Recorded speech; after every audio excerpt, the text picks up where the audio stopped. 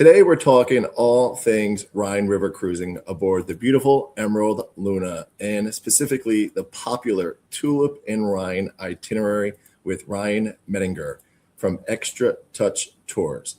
We'll cover the excursions, the type of travelers on board, activity levels, and what makes this itinerary so special for first-time and repeat river cruises alike. Welcome, Ryan. Tell us a little bit about yourself and Extra Touch Tours. Thanks, Garrett. It's good to be on here with you. Extra Touch Tours is a company that we've had here in the Midwest for a couple of years. It's actually about a 2 to 3 decade old company that we are our family owned company for 64 years now. Allied Tours Inc. Has acquired over the last few years. We specialize mostly in international tours and cruises, and we're excited to take this Rhine cruise with Emerald just a couple of months ago. Excellent. Thanks, Ryan. So before we sail in, just to level set, this sailing was aboard Emerald Cruises Starship Luna, a newer vessel launched in 2022, carrying around 180 guests. It really sits in that premium luxury space, modern, intimate, and nicely inclusive. So it's a great balance of experience and value. This itinerary combines iconic river scenery, charming villages, tulip season in the Netherlands, and a mix of included and optional immersive experiences. So I'm excited to hear your take. So let's sail in, Ryan. Question 1, we're going to talk about your experiences ashore. So did you or your guests tend to prefer the included excursions or the optional Discover More experiences? Oh, that's a good question. So I traveled over there with a group of 28 people that we had, and I would say that the included city tours every morning were such a hit. One of the greatest benefits was the fact that there were multiple groups going out, and they had the easy walker group, or gentle walker group is what it was called, and so it allowed people to see things at a different pace. But that was, I think we probably had 100% participation on the included excursions, and then most of our group had signed up for 1 or 2 of the Discover More excursions prior to getting there, and I think most people picked up 1 or 2 extra outside of that when availability was there. So we'd plan for a couple of these excursions, and then maybe that night hear about something that's available the next day. It sounded great. We had such a good experience on the previous day's Discover More that we hopped on and signed up for that as well. Amazing. Yeah. So the included one in the morning are really just the introduction into those cities, and then the Discover Mores that we're talking about are an additional expense, and they're more designed for that deeper cultural immersion, would you say? Yeah, I would say so. And there was just so much flexibility with the excursions. On the included ones, you'd hear about certain places, and maybe you'd pull the guide aside and ask them about the Discover More that's coming up, and they would give you some more insight about that and just get you more excited about it, a little deeper dive in certain areas of the cities. But I have to say that we've had probably 100% participation on the included and a strong participation on Discover More, and everybody was happy. That's great. And then, as you mentioned, some were pre-booked, so they can be pre-booked prior to cruising. You want to do that at least 30 days before. And then it's great to hear that there was some availability to book on the cruise as well for those who wanted to expand on their experience while cruising. Absolutely. And Garrett, I will just mention too that there were some Discover More excursions that I think, based on limited availability, more people would have enjoyed if they had signed up pre-tour and pre-cruise for that. So it's something I wouldn't put off. It just so happened that we were able to jump on some of the available ones at the time. That's a great tip. Thanks for sharing that. So let's go on. What type of travelers were on board? Did you notice there were couples, solo travelers, retirees, multi-generational families? Tell us a little bit about the onboard experience with the fellow cruisers. I would say that for our ship, which I believe maxed at 180 passengers, so it was a small familiar group. Um, I think that a majority were retirees. I think that there were a healthy mix between couples and just friend groups. I did meet some single solo travelers that were on board. Really nice, great people, and a couple of multi-generational groups. That wasn't the dominant demographic, but yeah, it was a great group of friendly people. That's great. And you mentioned too, like you would meet people on the cruise and then be on your tour and you're walking through the cities and you recognize faces and that's that small intimate style cruising that is just so friendly and easygoing. Yeah, that's right. I think it was about day 2, definitely by day 3, when you are out and about, strolling around, you'd recognize people from the ship, and that would give you an opportunity to, touch base, share what, "Oh, you need to go down this street. There's a great little shop over here," and it was a fun atmosphere. Perfect.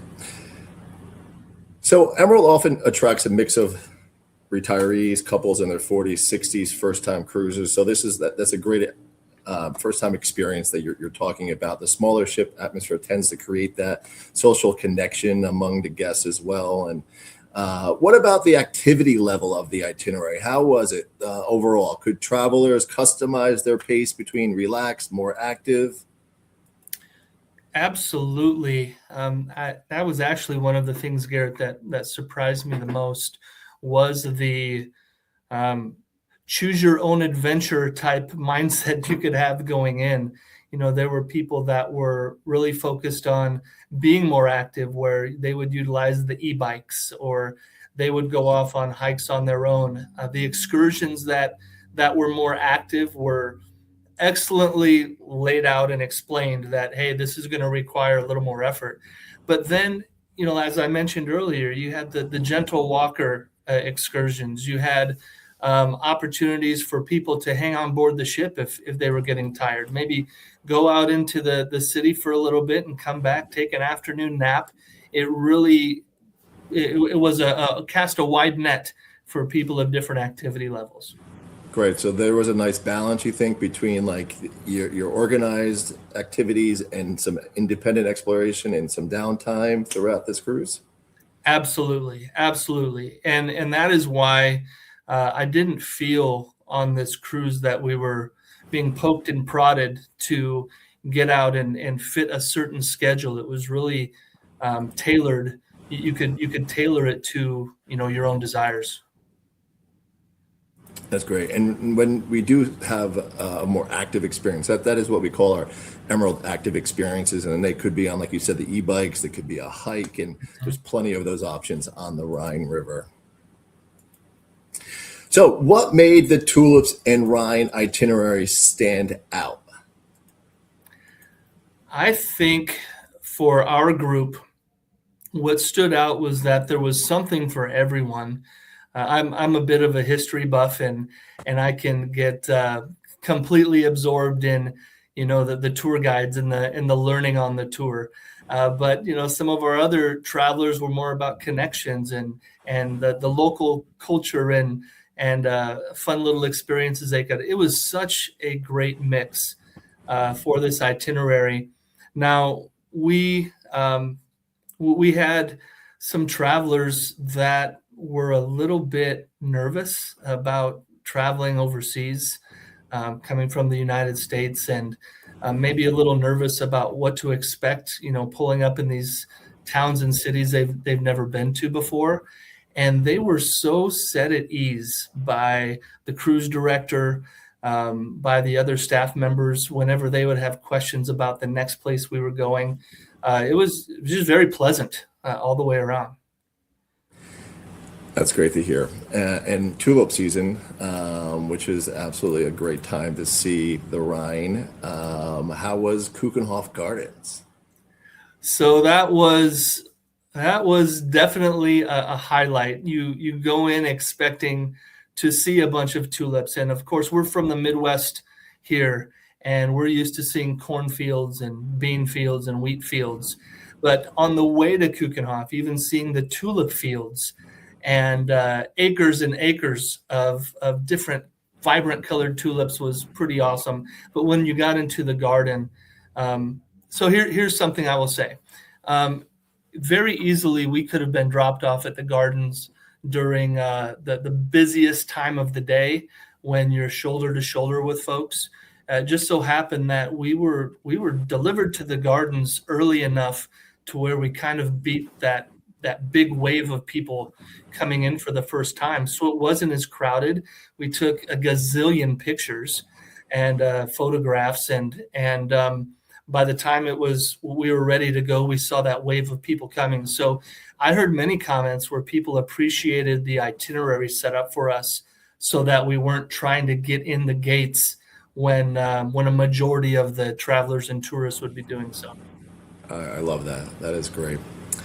So in closing, so if someone was watching this and has never taken a river cruise before, why would you recommend the Rhine and specifically this itinerary?